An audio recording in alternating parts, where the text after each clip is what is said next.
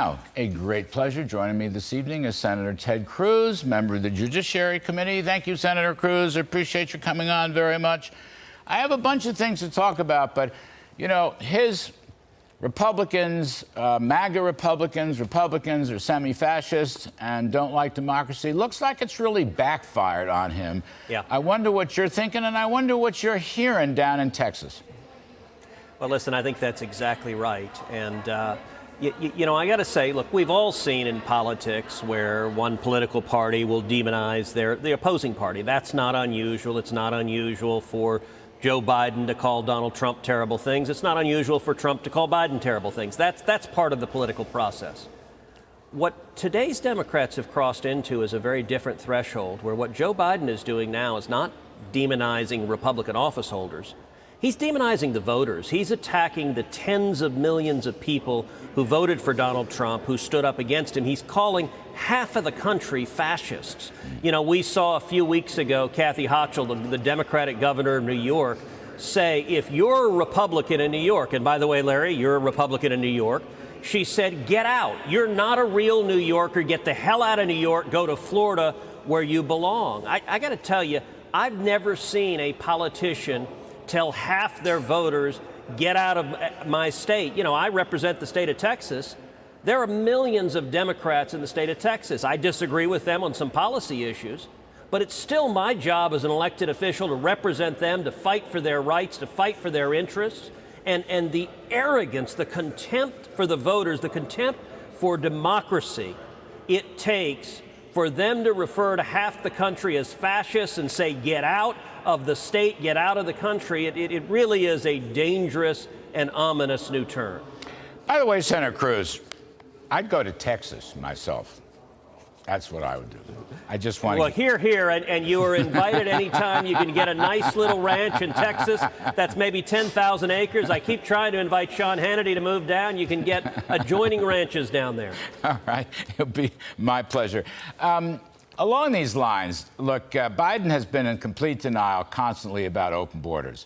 Now, we've talked about the evils of open borders, a couple of million illegals crossing, what it's done to the local towns and law and order, the sex trafficking. But I know you focused on the fentanyl scourge. We talked about it last night on the show.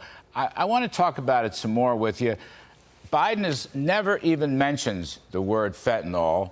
From what I can gather, never even mentions the issue of drugs. And of course, he is in denial that this is caused by these open borders.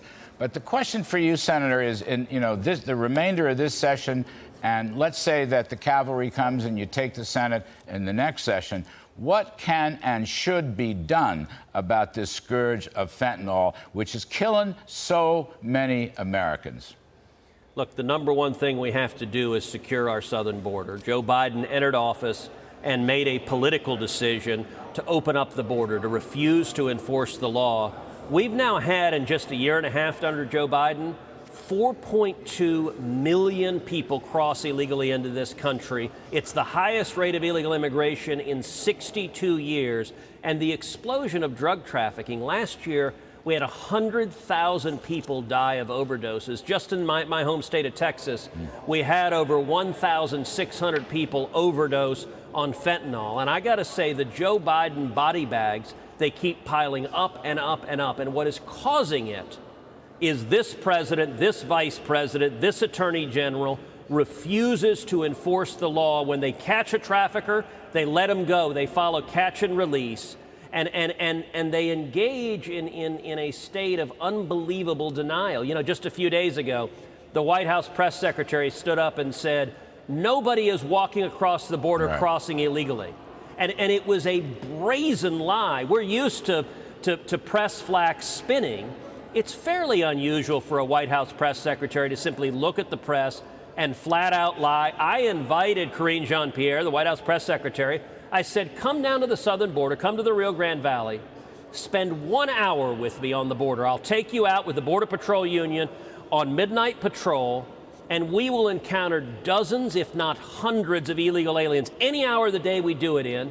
And what I suggested to her is let's bring the entire White House press corps, and after that 1 hour, after those 60 minutes, if we don't encounter anybody, I'll come up in front of the press corps and say I was wrong. But that's not going to happen. Reality will intrude. And when we encounter dozens or even hundreds of illegal immigrants in whatever hour she picks, does she have the courage and integrity to stand in front of the White House press corps and say, I lied to you? Because that's what Joe Biden is paying her to do, to lie and to claim the open borders we have don't exist. So did she respond? I mean, would she go down there? Biden's never gone down there. Kamala Harris never went down there. Not really. I think she was an hour or two away.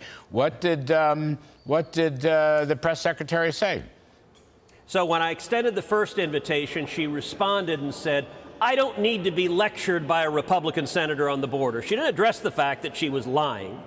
And she also said, I went to the border in 2018 under Donald Trump, and I saw the Trump cages. Now, what she was admitting is she's never been there under Joe Biden. She's never seen the Joe Biden cages, which are bigger, which are filled with more children, which are worse than they have ever been. And the sad reality is she doesn't care. The reason she doesn't go is the same reason Joe Biden doesn't go. It's the same reason Kamala Harris doesn't go to the Rio Grande Valley, because if they come, the TV cameras will follow. And if the TV cameras follow, they will see the misery, the disaster. You cannot defend the deaths, the sexual abuses, the physical abuses, the disease, the crime of this chaos in South Texas. It's why South Texas is going to turn red. And I got to tell you, Larry, they're counting on the corrupt corporate media to ignore them. Every reporter in that White House press briefing ought to write a story fact-checking her statement, and if it's anything other than pants on fire, then those reporters are complicit in the lie, because it is objectively, directly false, and she's counting on the media never holding her to account.